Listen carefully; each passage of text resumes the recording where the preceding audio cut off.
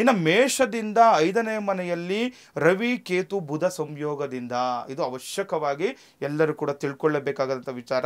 ಪಂಚಮದಲ್ಲಿ ರವಿ ಬುಧ ಮತ್ತು ಕೇತುಗ್ರಸ್ತನಾಗಿರೋದ್ರಿಂದ, ಯಾಕೆಂದರೆ ಕೇತು ಕೂಡ ನಾವು ನೀಚಗ್ರಹಗಳು ಅಂತ ಹೇಳ್ತೀವಿ. ಈ ರವಿ ಬುಧನಿಗೆ ಕೇತುಗ್ರಸ್ತನಾಗಿರೋದ್ರಿಂದ ಸಂಯೋಗ ಇರೋದ್ರಿಂದ ಏನಾಗುತ್ತೆ, ಈ ಗೌರ್ನಮೆಂಟ್ ವಿಚಾರದಲ್ಲಿ, ಇವಾಗ ನಾವು ಗೌರ್ಮೆಂಟ್ ವಿಚಾರ ಮಾತಾಡ್ತೀವಿ, ಹಿಂದೆಲ್ಲ ರಾಜರ ವಿಚಾರಗಳು ಹೇಳ್ತಾ ಇದ್ರು.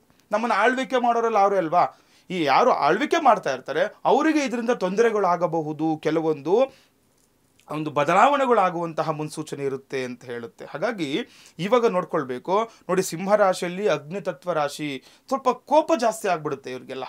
ಸ್ವಲ್ಪ ಕೋಪದಿಂದ ಕೆಲವೊಂದು ತಪ್ಪುಗಳಾಗುವಂಥದ್ದು. ಈಗ ನೋಡಿ, ಯಾರೋ ಒಬ್ಬ ರಾಜಕೀಯದಲ್ಲಿ ಇರ್ತಾರೆ, ಗೌರ್ಮೆಂಟ್ ಅಂದರೆ ಸಾಮಾನ್ಯ ರಾಜಕೀಯ ವ್ಯಕ್ತಿಗಳು ಕೂಡ ಇದು ಬರುತ್ತಿದ್ದು, ಅಥವಾ ಗೌರ್ಮೆಂಟ್ ಆಫೀಸರ್ಸ್ ಆಗ್ಬೋದು, ದೊಡ್ಡ ದೊಡ್ಡ ಒಳ್ಳೆ ಕೆಲಸದಲ್ಲಿ ಇರ್ತಾರೆ. ಏನೋ ಒಂದು ಕೋಪಕ್ಕೆ ಒಂದು ತುತ್ತಾಗಿ ಏನೋ ಒಂದು ಮಾತಾಡ್ಬಿಡ್ತಾರೆ, ಕೋಪದಿಂದ ಏನೋ ಒಂದು ಮಾತಾಡಿ ಅದೇ ದೊಡ್ಡದಾಗಿ ಕಷ್ಟಗಳಾಗುವಂಥದ್ದೆಲ್ಲ ಆಗುತ್ತೆ. ರಾಜಕೀಯದವರಿಗೆ ಅಷ್ಟು ಒಳ್ಳೇದಲ್ಲ. ಹೌದು, ನಿಜ. ರಾಜಕೀಯದಲ್ಲಾಗಲಿ ಅಥವಾ ಗೌರ್ಮೆಂಟ್ ವಿಚಾರದಲ್ಲಿ ಯಾರೆಲ್ಲ ಇರ್ತಾರೆ, ಒಂದು ಕೆಲಸ ಕಾರ್ಯ ಮಾಡ್ತಿರೋರು, ಪೊಲೀಸ್ ಅವರಾಗ್ಬೋದು, ಅಥವಾ ನೀವು ಯಾವುದೇ ಆಗಲಿ ಗೌರ್ಮೆಂಟ್ ವಿಚಾರದಲ್ಲಿ ಕೆಲಸ ಮಾಡುವಂಥವ್ರು ಎಚ್ಚರ ಜಾಗ್ರತೆ ವಹಿಸಬೇಕು.